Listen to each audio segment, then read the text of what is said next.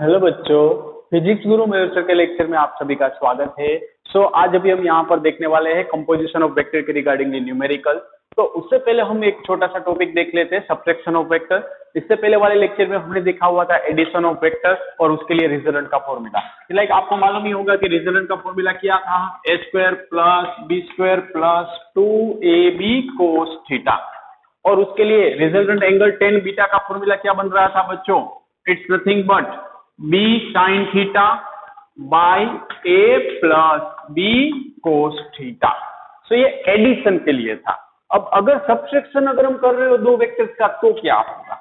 सो let us सी कि for subtraction of vector हम क्या कर सकते हैं कि मान लो कि ये हमारे पास ये a वेक्टर है, मैंने बोल दिया कि b वेक्टर कुछ इस तरीके से है।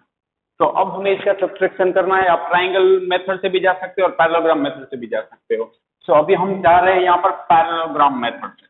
ओके, कि मान लो कि ये अभी हमने कंसीडर किया ए वेक्टर, तो यहाँ पर मैंने बोल दिया ये वाला बी वेक्टर है।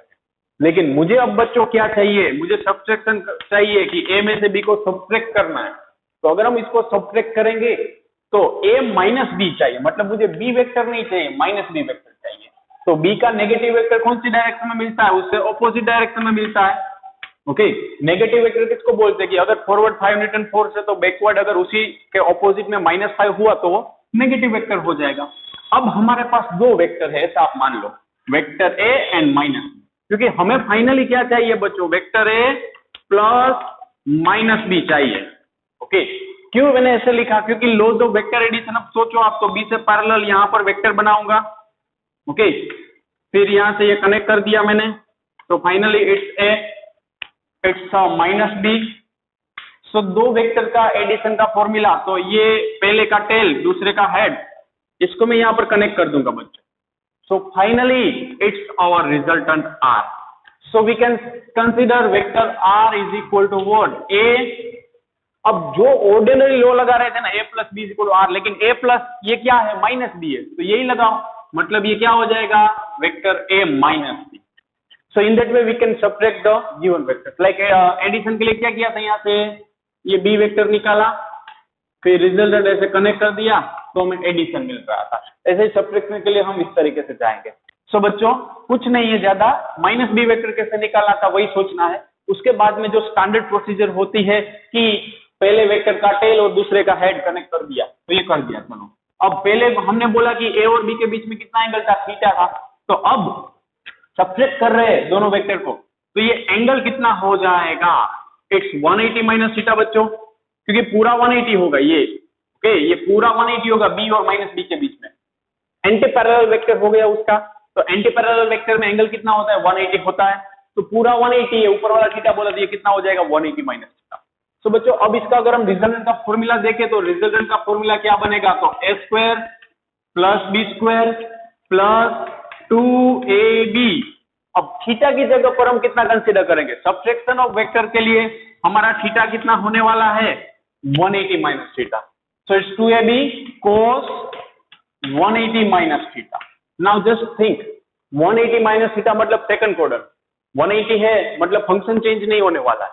So we can write under root A square plus B square minus 2ab cos theta. So here it is the formula to find out the resultant of a given vectors when they are subtracted. Okay, अब similarly resultant का angle का formula, ये resultant का angle मैंने बोल दिया beta है, vector are का ए वेक्टर के साथ एंगल कितना है, बीटा है। ए वेक्टर इस साइड दिखा रहा हूं ताकि कंफ्यूजन ना हो। तो रिजल्टेंट का फॉर्मूला क्या होगा, बी साइन थीटा। तो जैसे कि हमने बोला कि अब थीटा कितना हो जाएगा, 180 minus theta. So let us see, it's 180 minus theta by a plus b cos theta, that is what, cos 180 minus theta. So finally बच्चों sin 180 minus theta second quadrant में साइन पॉजिटिव होता है, ये हमने already discuss कर दिया है। So it's b sin theta by cos 180 minus theta, that is minus cos theta. So it's minus b cos theta. So ये रिजल्टेंट का फॉर्मूला हो गया सब्ट्रैक्शन ऑफ वेक्टर के लिए। ओके, अभी आपकी तसल्ली के लिए मैं यहाँ पर लिख रहा हूं कि cos 180 माइनस थीटा क्या होता है, माइनस cos थीटा होता है। सिमिलरली sin 180 माइनस थीटा क्या होता है, it's plus sin theta. Okay, ये आइडेंटिटी आपको मालूम होनी चाहिए, स्टिल अगर नहीं मालूम है तो यहाँ पर मैंने रखी है। तो ये था बच्चों सब्सट्रैक्शन ऑफ वेक्टर। इसमें अब सारे डेरिवेशन पूरा नहीं करना है कि इसका यहाँ पर रिजल्टेंट के लिए ए स्क्वायर प्लस बी स्क्वायर वाला करेंगे तो भी यही आंसर आएगा। ओके, तो सब्सट्रैक्शन के लिए आप डायरेक्टली फॉर्मूला याद रख सकते हो दोनों के दोनों। ओके, सो अब इसी टॉपिक के बेस्ड, कंपोजिशन ऑफ वेक्टर के बेस्ड अभी हम देखें न्यूमेरिकल, तो काफी सिलेक्टेड अच्छे अच्छे न्यूमेरिकल्स अभी हम देखने वाले हैं। ओके, तो ये काफी बेसिक और इजी टॉपिक था बच्चों। नाउ अब न्यूमेरिकल की ओर जाएं इसी टॉपिक के बेस्ड। बच्चों ये कॉन्सेप्ट कभी मत भूलना रिजल्टेंट फाइंड करने का थ्रू आउट चैप्टर। ओके, कि रिजल्टेंट कैसे फाइंड किया जा सकता है। So let us see first question of today. Question number 1,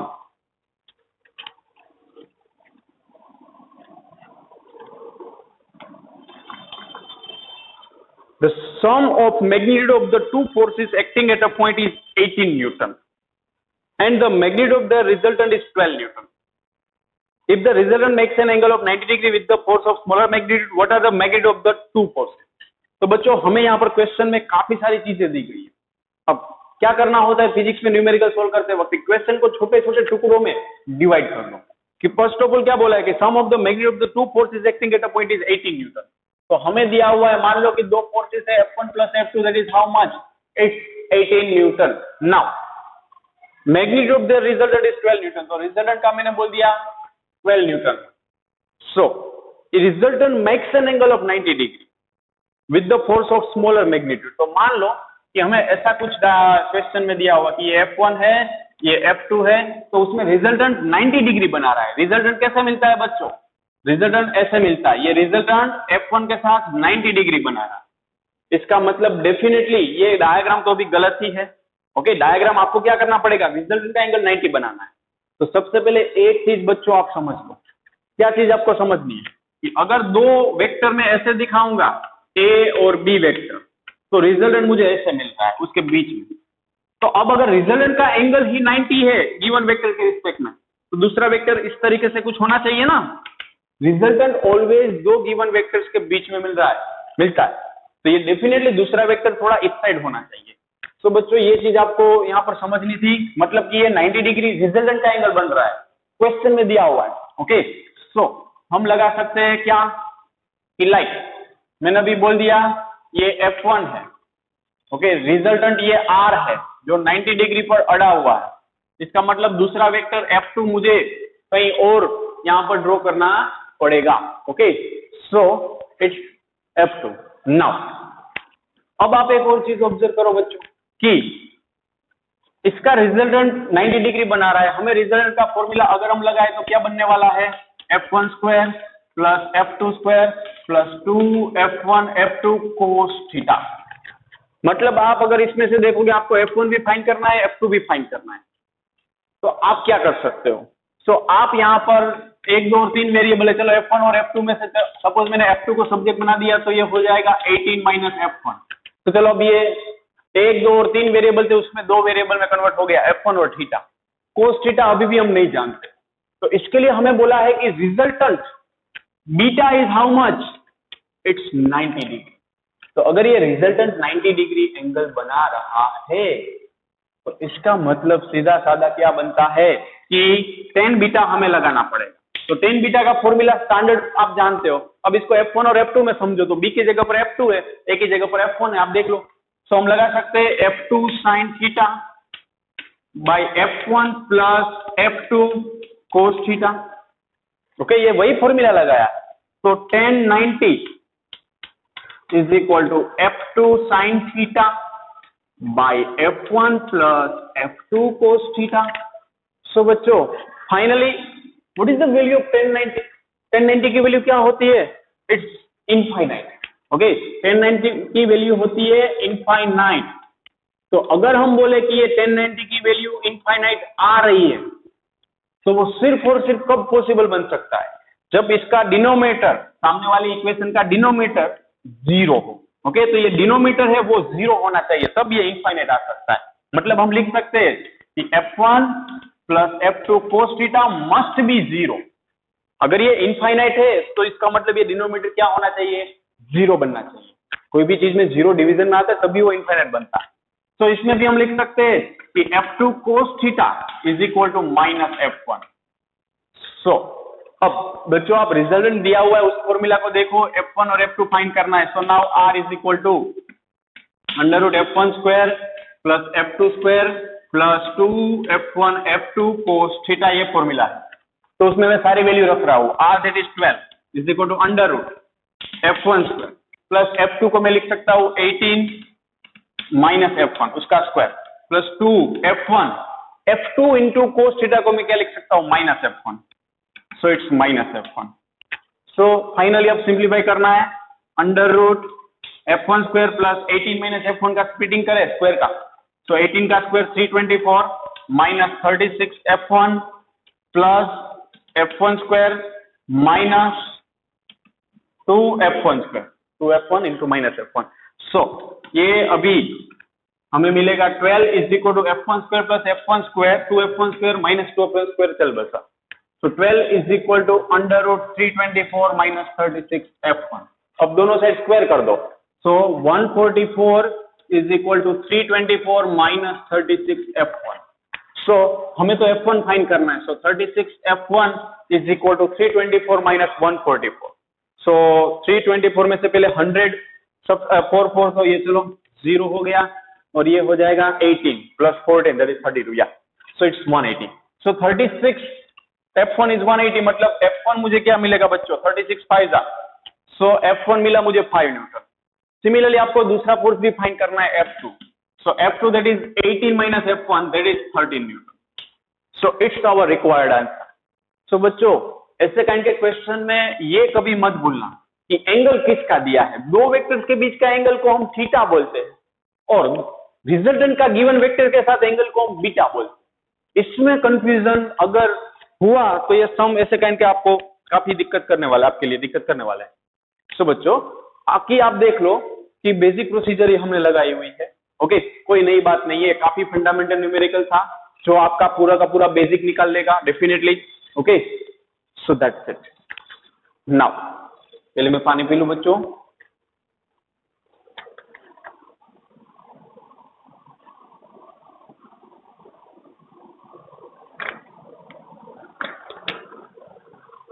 अब दूसरा न्यूमेरिकल देखे।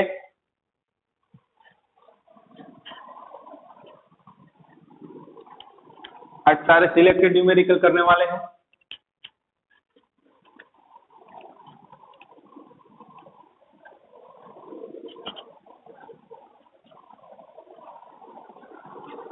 So second one,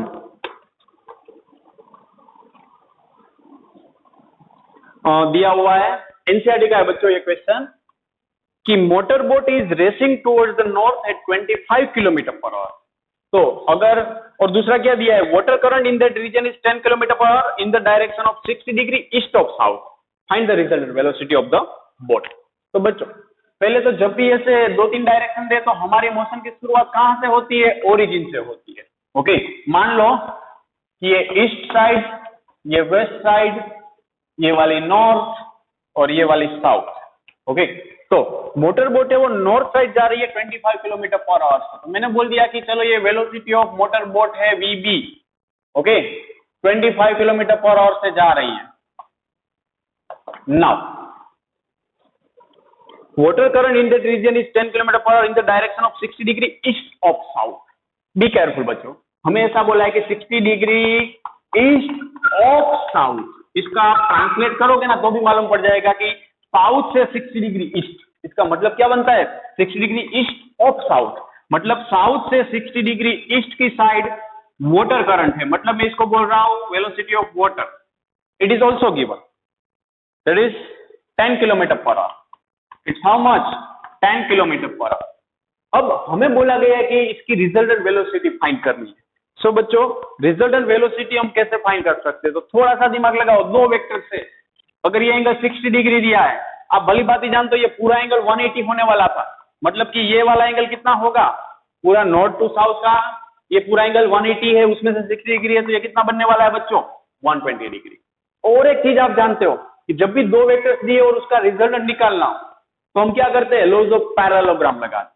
तो पैरेललोग्राम आपको इस तरीके से आता है बच्चों कि ये वेक्टर ए है, ये वेक्टर बी है, तो आपने क्या किया, यहाँ पर पैरेललोग्राम बना दिया और रिजल्टेंट निकाल दिया। तो क्या ऐसा जरूर है कि हर बार आपको ऐसे ही वेक्टर दे सिंपल वे में ए और बी? कुछ भी टेढ़ा मेढ़ा हो सकता है ऐसे, आप इसको वेक्टर समझो। तो अगर मैं इसको वेक्टर समझू तो वीबी का पैरेलल यहां से मैं बना सकता हूं इजीली, या ये मैंने बना दिया वीबी से parallel. Similarly velocity of water current ये है, वरना कंफ्यूजन हो जाएगा, ये है velocity of water current 10 kilometre per hour. तो इसका पैरेलल यहां से बना दूंगा बच्चों, that is velocity of water current. अब आप देख लो पैरेललोग्राम बन गया या नहीं बन गया? बन गया। सो इसमें रिजल्टेंट फाइंड करना है, तो देखो पहले वेक्टर वाटर करंट आप कंसीडर कर रहे हो तो उसका टेल, फाइनली ये वेलोसिटी ऑफ बोट, उसका हेड कनेक्ट कर दो। सो it's your resultant velocity v। नहीं समझ में आया? कोई बात नहीं। अब लास्ट टाइम मैं कैसे समझा रहा हूं, जब भी आपको ऐसा दिखे ना तो सबसे पहले आप बना दो, मैंने बोल दिया वेलोसिटी ऑफ बोट, तो उसके रिस्पेक्ट में वेलोसिटी ऑफ वाटर करंट आपको दिया हुआ है। ऐसे मान लो, अभी मुझे मालूम है कि ये थीटा 120 है, आप इसे बना दो वाटर। सो फाइनली ये रिजल्टेंट होगा, वेलोसिटी v होगा और उसका एंगल क्या होगा, बीटा। तो वैसे ही मैंने बोल दिया कि रिजल्टेंट का एंगल बीटा है। फाइनली रिजल्टेंट वेलोसिटी का एंगल किसके साथ बीटा है? बोट के साथ है, ये भी ध्यान रखना। Okay, so resultant velocity find करनी है, तो यहां पर इस क्वेश्चन में थीटा कितना दिया है? हमें थीटा दिया हुआ है 120। ओके, अब रिजल्टेंट वेलोसिटी का फॉर्मूला क्या होगा बच्चों? v1 square plus v2 square plus 2v1 v2 cos theta. याद करो, a square plus b square plus 2ab cos theta वाला फॉर्मूला था अंडर रूट में, वही फॉर्मूला आप वेलोसिटी के लिए लगा रहे हैं। ओके, तो आपको ऐसे डायग्राम से डरना नहीं है, इसमें से पैराग्राम सोचो कि कैसे बना सकते हो, फिर लॉज ऑफ वेक्टर एडिशन सोचो कि पहले वेक्टर का टेल और दूसरे वेक्टर का हेड मिलने चाहिए, यहां पर ये रिजल्ट मिलेगा। तो अब इसका एंगल आप बीटा यहां पर भी दिखा सकते हो और वेलोसिटी ऑफ वाटर करंट के साथ भी दिखा सकते हो, चॉइस इज योर। ओके, तो मैंने अभी दिखाया बोट के साथ रिजल्टेंट वेलोसिटी का angle. So v1 square it is 25 plus v2 square that is v2 नहीं, अभी तो हमने इसको बोला था velocity of boat, velocity of water, velocity of boat and water. So it's 10 square plus 2, velocity of boat is how much? It's 25, water that is 10 और cos 120। सो बच्चों अब cos 120 आया, what is the value of cos 120? See cos 120 के लिए मैं जाऊं तो इसको हम ऐसे लिख सकते हैं cos 180 minus 60 degree, 180 minus 60। Okay, तो 180 माइनस 60 मतलब कौन सा quadrant? Second quadrant. So it's minus cos 60 degree, it's minus 1/2। तो इस तरीके से आप यहाँ पर वैल्यू निकाल सकते हो, और अब ये काफी दफा आपके सामने आने वाली है, याद रख लो तो भी दिक्कत नहीं। So under root 625 plus 100, 25 two 50 into 10 500 into minus 1/2। So it's 625 plus 100 that is 725 minus 250। So again 725 में से पहले 200 माइनस करें, 525 में से 50, 475। ओके, तो ये 24 के अराउंड आएगा। देख ले हम कितना आ रहा है exact, 21.8। It's 21.8 kilometre per hour. So it's our required answer बच्चों। ओके, कि रिजल्ट वेलोसिटी है वो कितनी मिलेगी हमें? 21.8 किलोमीटर पर आवर। पहले सिर्फ ये थी वो बोट की दी गई थी, लेकिन पानी के रिस्पेक्ट में, वाटर करंट के रिस्पेक्ट में अब ये बोट की वेलोसिटी इस साइड हो गई। ओके, तो ऐसे काइंड में आप इस तरीके से सोचने लगोगे तो पता चल जाएगा। अब एंगल फाइंड करना है, एंगल फाइंड करने के लिए डेफिनेटली यही डायग्राम बेटर रहता है कि आपका बीटा किसके साथ बना? वेलोसिटी ऑफ बोट के साथ बना। तो सबसे पहले ये रफ डायग्राम बना लो, कोई ऐसा वैसा बहुत ही स्टैंडर्ड डायग्राम नहीं बनाना है बच्चों, रफ डायग्राम बनाना है। कई को, क्योंकि अब आपको रिजल्टेंट का एंगल भी फाइंड करना होता है। जब भी हमें रिजल्टेंट वेलोसिटी फाइंड करने के लिए बोले तो उसका एंगल भी फाइंड करना होता है। तो हमने बोल दिया कि ये रिजल्टेंट वेलोसिटी वीबी के साथ बीटा एंगल बना रही है। तो बच्चों आप ही सोचो कि उसका फॉर्मूला क्या बनना चाहिए? tan beta that is VW है ऑपोजिट साइड में, बाजू वाला नहीं है। So VW sin theta by VB, अब हम लगाए तो VB plus VW cos theta ये ऐसा ही है कि B sine theta by A plus B cos theta. थोड़ा सा एक बार आप समझ लो कि ये अगर यहाँ पर ए होता, यहाँ पर बी होता, तो आप कैसे लगाते, वैसे ही। इसलिए मैं आपको बोल रहा हूँ कि बच्चों हर बार ऐसे काइंड का डायग्राम का रिजल्टेंट एंगल फाइंड करने के लिए, बीटा फाइंड करने के लिए ये रफ डायग्राम बना, बहुत ही एफिशिएंट रहेगा always. So VW that is how much, VW 10 sine theta कितना है बच्चों, वो तो फिक्स है 120 डिग्री है। दो गिवन वेक्टर्स के बीच में एंगल कितना है, 120 है। VB velocity of boat is how much, so velocity of boat 25 plus 10 cos 120। अब साइन 120 कितना होता है, √3/2 होता है। साइन 180 देखो, चलो sine 120 that is sine 180 minus 60, इसको हम प्यार से लिख सकते हैं साइन 60, क्योंकि सेकंड क्वाड्रेंट में, और साइन 60 की वैल्यू होती है √3/2। सो इट्स 25 cos 120, अभी अभी ताजा मजा लिखा था -1 आप, सो प्लस 10 इंटू -1 आप, so it's 5√3 by 25 minus 5 that is 20। तो ये अभी हमें मिला बच्चों 10 बीटा। अब इसमें से बीटा फाइंड करना है, दैट इज 10 इनवर्स √3/4। अब इसकी वैल्यू कितनी आती है, ये आपको लॉग टेबल से निकालनी पड़ेगी। सो इसकी वैल्यू अभी यहां पर भी मेंशन नहीं की है, 10 इनवर्स √3/4 अभी हम रख देंगे, ओके, बाकी लॉग टेबल से मिल जाएगी आराम से। सो ये बच्चों कॉन्सेप्ट था कि रिजल्टेंट वेलोसिटी कैसे निकाल सकते हैं। तो फाइनली हमने कंपोजिशन ऑफ वेक्टर ही किया हुआ है, ओके, कि एक वेलोसिटी, एक वेक्टर इस साइड है, दूसरा इस साइड है, दोनों के बीच में एंगल 120 है, तो रिजल्टेंट कैसे निकालते हैं, वही किया। तो ये तो वेलोसिटी वाला क्वेश्चन था। हो सकता है वेलोसिटी की जगह पर फोर्स दिया हो, ओके, तो भी हमारा कॉन्सेप्ट एज इट इज रहने वाला है, okay. So that's it, okay. Now चलो नेक्स्ट न्यूमेरिकल की साइड जाए। तो आज हम ऐसे ही क्वेश्चंस करने वाले हैं। प्रॉपर प्रैक्टिस बच्चों आपको करनी ही पड़ेगी इसमें। अपने हिसाब से फिर से ये करो, अपने हिसाब से सोचना शुरू करो। जब तक अपने अंदर से ये कॉन्सेप्ट नहीं निकलेगा आपके अंदर से, तब तक ये नहीं आने वाला है। याद रहेगा, याद रह जाएगा कि इसमें ये समाया तो ये करेंगे। लेकिन कॉन्सेप्ट किसे बोलते हैं कि ये एक समझो और 10 लगाओ, उसको हम कॉन्सेप्ट समझा है ऐसा बोल सकते हैं। लेकिन आप एक समझोगे और एक कोई लगाओगे उसी टाइप को, तो वो कॉन्सेप्ट नहीं होता है, वो सिर्फ क्या होता है, न्यूमेरिकल समझा है, ओके। हम यहाँ पर कॉन्सेप्ट समझने के लिए है, न्यूमेरिकल के लिए नहीं। So now next one on again NCERT है, question number 3। On a certain day, rain was falling vertically with a speed of 35 meter per second. Wind started blowing after some time with speed 12 meter per second in east to west direction. In which direction should a boy waiting to at a bus stop to hold his umbrella? NCERT का है कि हमें बोला है कि rain 35 metre पर second से नीचे की साइड आ रहा है, विंड ईस्ट टू वेस्ट जा रही है 12 मीटर पर सेकंड। तो बॉय जो यहाँ पर खड़ा है उसको अम्ब्रेला कितनी एंगल पर होल्ड करनी पड़ेगी? तो हमें ऐसा बोल दिया है कि ये वेलोसिटी ऑफ रेन है जो 35 मीटर पर सेकंड से आ रही है, और ये ईस्ट टू वेस्ट हम बोल सकते हैं कि विंड फ्लो हो रही है। चलो ये वेलोसिटी ऑफ विंड बोल दिया, दैट इज 12 मीटर पर सेकंड, और ये वेलोसिटी ऑफ रेन 35।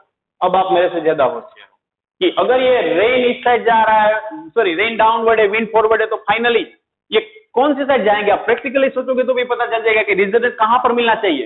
एक वेक्टर यहां पर, दूसरा यहां पर, तो दूसरा रिजल्टेंट ऐसे ही मिलेगा बीच में, ओके। फिर भी मैं आपको समझाऊं कि यही अम्ब्रेला है, मान लो, ओके, ये अम्ब्रेला मान लो, मानने में क्या जाता है, ओके, कि ये अम्ब्रेला है।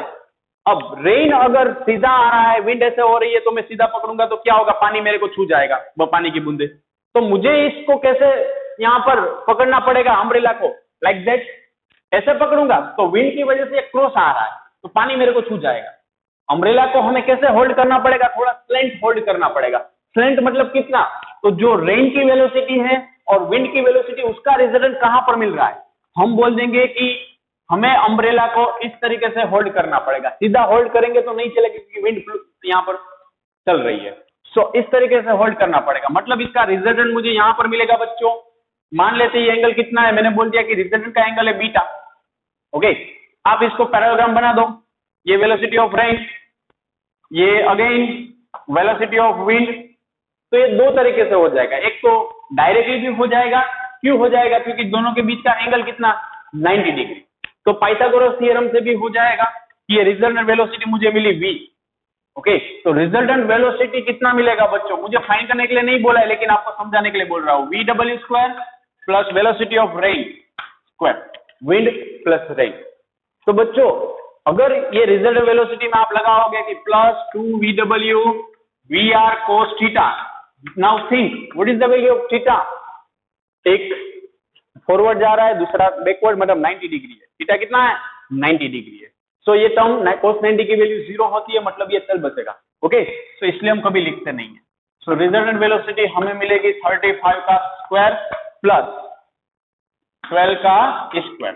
सो फाइनली यहां से आंसर कितना आ रहा है, हम देख लेते हैं कितना है। ओके, और इसमें तो नहीं दिया है बच्चों, फाइंड उन्होंने नहीं किया है। यहाँ से आपको रिजल्ट मिल जाएगी। ओके, आराम से मिल जाएगी, कोई बड़ी बात नहीं है। फिर भी चलो, 5 का स्क्वायर 25, 3 4 12, 144, सो 9631, ये हमें मिली resultant velocity under root. Okay, now हमें पूछा है कि अम्ब्रेला को कौन सी डायरेक्शन में यहाँ पर पकड़ के रखे। ये तो हमने फाइंड किया है, मजा आए इसलिए, लेकिन अम्ब्रेला को कितने एंगल के साथ रखना है, मैंने वो बोल दिया है, वर्टिकल के साथ बीटा है। चलो, तो ये बीटा है, तो ये भी कितना बनेगा, बीटा बनेगा, vertically opposite angle. So beta is equal to what, तो इस फॉर्मूला में तो डायरेक्ट हो जाएगा बच्चों कि tan beta that is opposite side velocity of wind by adjacent side velocity of rain. So wind that is 12, rain that is 35। सो ये बच्चों आपको मिला tan बीटा। आपको फाइंड करना होता है beta. So beta is equal to tan inverse 12/35। So what is the value of 12/35? It's 0.343. It's tan inverse 0.343. अब ये वैल्यू लॉग टेबल में आपको देखनी पड़ेगी। ओके, नेचुरल टेंजेंट में तो ये मिल रही है हमें 19 degree approximately.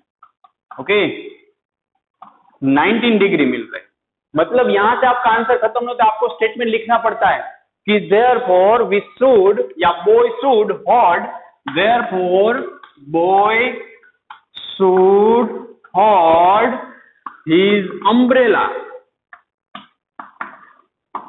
at 19 degree to the umbrella 19 degree to the vertical.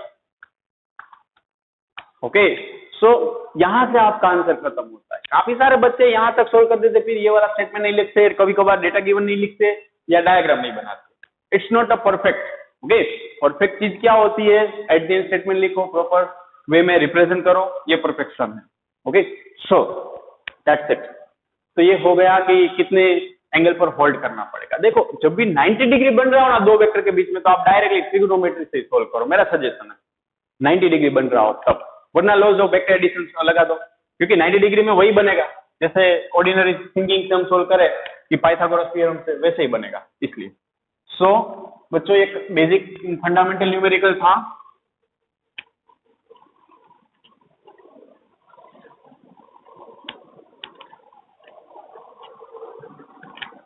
Now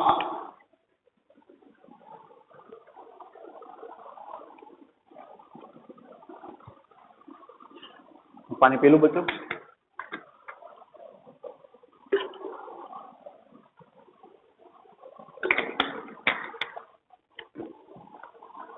next one बहुत बढ़िया क्वेश्चन है बच्चों। Question number 4, a river 800 meter wide flows at the rate of 5 km/h. Swimmer who can swim at 10 km/h in still water wishes to cross the river straight. Along what direction he strike? Okay, तो हमें दिया हुआ है कि velocity of water, river water, that is how much, 5 km/h बच्चों, और swimmer की velocity दी गई है। स्विमर की वेलोसिटी स्टिल वाटर में दी है, ध्यान रखना, स्विमर की वेलोसिटी स्टिल वाटर में दी है, जब वो फ्लो नहीं कर रही हो, पानी शांत हो, तब दी गई है। That is how much velocity of swimmer, that is 10 km/h। उसको रिवर को क्रॉस करना है straight, along what direction he must write, तो ये ध्यान से समझो बच्चों कि ये मान लो कि रिवर की विड्थ कितनी दी गई है बच्चों, 800 मीटर दी गई। अब उन्होंने बोला है कि river flow 5 kilometre per our से हो रही है, तो हम बोल सकते हैं कोई भी साइड से कि ये रिवर का फ्लो, मान लो कि स्विमर यहां पर है, ओके, स्विमर है यहां पर, ये रिवर को स्ट्रेट क्रॉस करना चाहता है, लेकिन पानी का बहाव इस साइड है। अब थोड़ा सा प्रैक्टिकली सोचो कि ये पानी का बहाव अगर इस साइड है, अगर वो स्ट्रेट क्रॉस करना चाहता है तो क्या होगा, वो थोड़ा सा स्लेंट चला जाएगा, यस और नो, ओके। तो हमें पहले क्वेश्चन क्या पूछा है कि along what direction he must strike, along sorry what should be his resultant velocity and how much time he would take, 3 question पूछे। तो सबसे पहले आप ये लगाओ कि इसको सीधा जाना है स्विमर को, लेकिन अगर सीधा एग्जैक्टली स्ट्राइक करना चाहता है, एग्जैक्टली परपेंडिकुलर पहुंचना चाहता है, तो पानी के फ्लो की वजह से वो थोड़ा सा स्लेंट चला जाएगा। तो आप में से जो भी लोग स्विमर हो गए, स्विमिंग जानते हो, उसके पास आंसर होगा कि इसको कैसे स्ट्राइक करना पड़ेगा, इसको थोड़ा टेढ़ा स्ट्राइक करना पड़ेगा। इसका फायदा क्या होगा कि पानी का फ्लो है तो धीरे धीरे धीरे उसकी डायरेक्शन में जब यहां पर पहुंचेगा तो वो सीधा हो जाएगा, ओके। तो वही तो हमें फाइंड करना है बच्चों, ओके, हमें वही चीज फाइंड करनी है कि ये कितना स्ट्राइक करेगा। तो ये तो 90 डिग्री है, ओके। अब हम बोल देते कि ये कितना एंगल से स्ट्राइक कर रहा है, थीटा एंगल से स्ट्राइक कर रहा है। अब इसको नाम दे दिया बच्चों ए, इसको बोल दिया बी और इसको बोल दिया सी। तो उसकी वेलोसिटी दी गई है, velocity of swimmer it's 10 kilometre per our. Velocity अगर ये यहां से बनाओ तो ये भी एरो बनेगा इस साइड, वेलोसिटी ऑफ वाटर ये है तो ये भी वाटर बनेगा। पैरेललोग्राम सोचो ऑलवेज, ओके, आप ऑलवेज पैरेललोग्राम सोचो, बन गया। सो फाइनली बच्चों ये वेलोसिटी ऑफ वाटर हुआ B to C.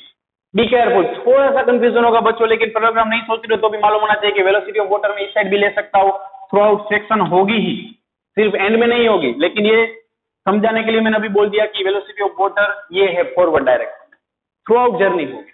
So resultant velocity we हमें फाइंड करनी, तो रिजल्टेंट यही हो जाएगी पानी के रिस्पेक्ट में। अभी तो ये स्टिल वाटर में थी, ओके, 10 किलोमीटर पर आवर, ये वाली थी 5 kilometre per hour.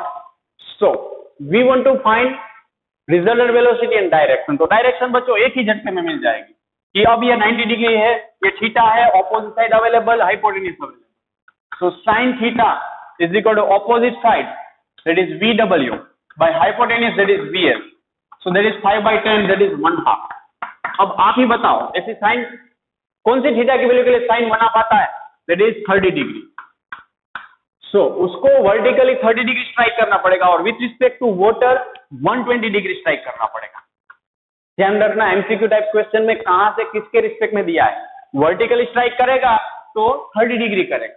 So it's our first question कि उसको कितना स्ट्राइक करना पड़ेगा, ये हमें दिया है। चलो अब दूसरा पूछा हुआ है what should B resultant velocity. तो उसकी रिजल्टेंट वेलोसिटी बच्चों हमें फाइंड करनी है।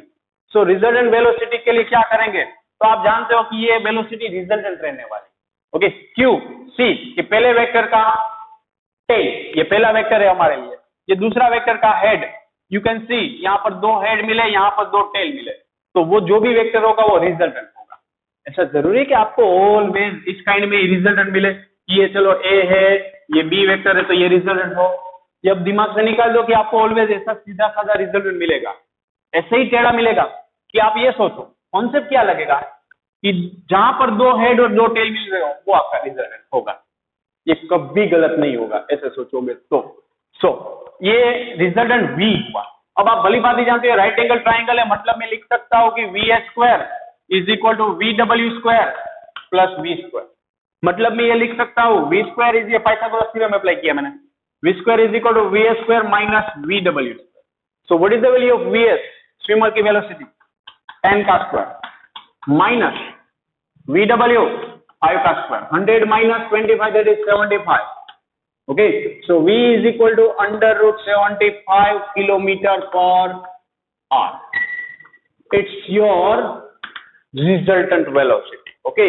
8 8 जा 64, 9 9 जा 81। सो ये अप्रोक्सीमेटली कितना मिल रहा है,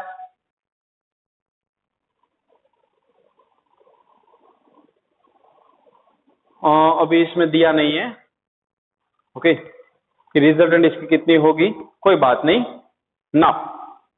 और एक चीज पूछी हुई है, how much time he would take, इसको यहाँ पर कितना टाइम लगेगा, तो हमें ये भी अभी फाइंड करना है कि इसको यहाँ पर पहुंचने के लिए कितना टाइम लगने वाला है।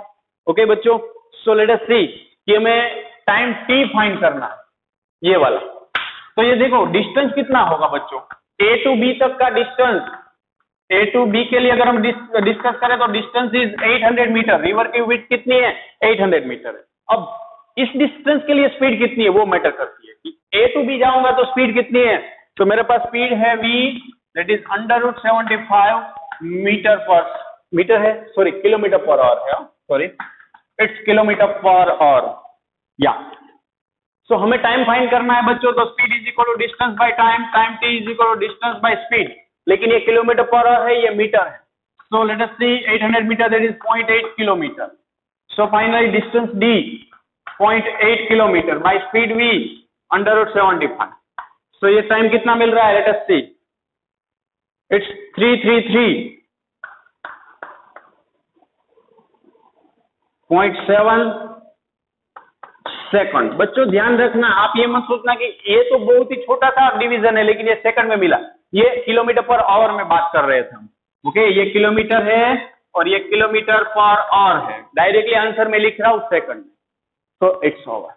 तो बच्चों जब भी रिवर क्रॉसिंग वाले क्वेश्चन हो ना, तो आप स्विमिंग पूल का सोचो, आप कभी ना कभी समुद्र किनारे नहाने तो गए ही होगे समुद्र के अंदर थोड़ा बहुत, ओके, तो उसमें जो वेव्स आ रहे हैं अगर उससे ऑपोजिट स्ट्राइक करोगे, कुछ एंगल पर स्ट्राइक करोगे तो क्या होगा, ऐसा सोचो, ओके, ऐसा प्रैक्टिकली सोचना पड़ेगा। 10th स्टैंडर्ड में रिवर वाले काफी सारे क्वेश्चन आपके सामने आए हुए क्वाड्रेटिक इक्वेशन, और वो वही हार्ड लगे थे, लेकिन अब उस वे में आप सोचना शुरू करो कि अगर मैं ही, आप अपने आप को यहाँ पर इमेजिन करो कि मैं ही रिवर को क्रॉस करना चाहता हूँ लेकिन पानी का फ्लो ऐसे है, तो मुझे थोड़ा स्लेंट यहाँ पर डाइव करना पड़ेगा, ओके, तो उसके अकॉर्डिंगली सोचो। अब टाइम फाइंड करना है, अभी भी आप यहाँ पर रुके हो तो आपको कंफ्यूजन होगा कि ये स्पीड क्यों कंसीडर नहीं की, अगर मैं ये स्पीड कंसीडर करूंगा तो ये डिस्टेंस कंसीडर करना पड़ेगा, लेकिन अभी डिस्टेंस 800 मीटर अवेलेबल है, तो उसके अकॉर्डिंगली उस रास्ते पर स्पीड कौन सी है वो हम देखते हैं।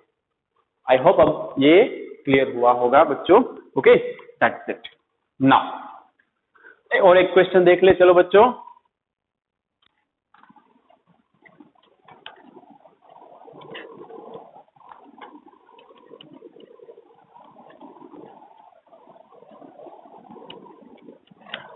so next one, question number 5 आज का, कि a boatman can row with a speed of 10 km per hour in still water if river flows, again same data है बच्चों, okay, लेकिन फिर भी a boatman can row with a speed of 10 km per hour in still water, तो चलो इसके जैसा ही example है कि कोई बोटमैन है, वो बोट को 10 kilometre per our still water से ले जा सकता है।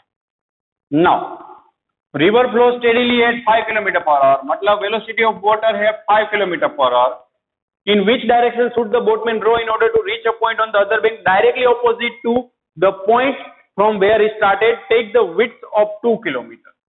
तो चलो अब आपको विड्थ दे दी गई है 2 किलोमीटर, तो बच्चों ये फिर से सेम कॉन्सेप्ट है लेकिन आपका क्लियर हो जाए कॉन्सेप्ट, इसलिए समझा रहा हूं कि बोटमैन है, यहां से बोट आगे बढ़ना चाहती है, कहां पर जाना चाहती है, एग्जैक्टली यहां पर पहुंचना चाहती है, लेकिन पानी का फ्लो अगे कोई एक साइड है, कितना है पानी का फ्लो, 5 किलोमीटर पर आवर है, तो अभी मैंने कंसीडर किया here it is the velocity of water that is 5 kilometre per hour, तो ये बोट अगर सीधा जाना चाहेगी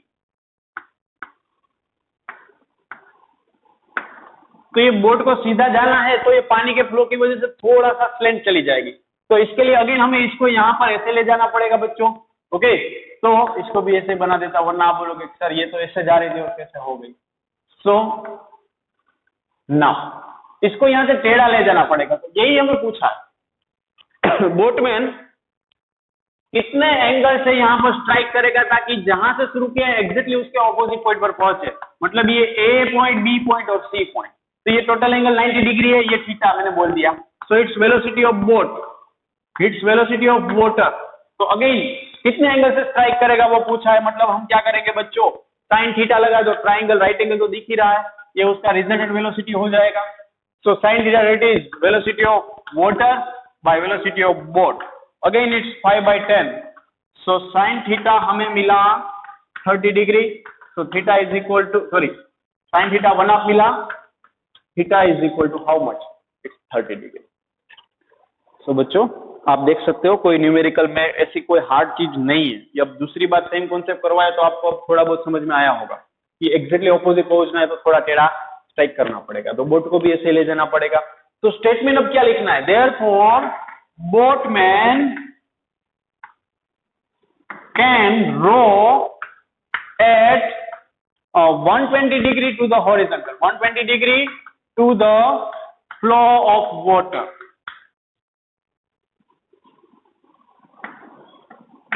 इट्स आवर आंसर कि फ्लो ऑफ वाटर के रिस्पेक्ट में कितना होगा 120 डिग्री, वर्टिकल के रिस्पेक्ट में कितना होगा 30 डिग्री। ओके, क्योंकि ये 90 प्लस थीटा 30 तो ये हो जाएगा 120 degree. So it's your answer. So बच्चों ये अभी आज जो भी हमने देखा वो क्या था, कंपोजिशन ऑफ वेक्टर के रिगार्डिंगली न्यूमेरिकल थे। ओके, अब इसके जैसे ही काफी सारे न्यूमेरिकल एक्सरसाइज एनसीईआरटी एक्सरसाइज में भी मिल जाएगा, वो आपको अब कोशिश करनी है। Okay, thank you.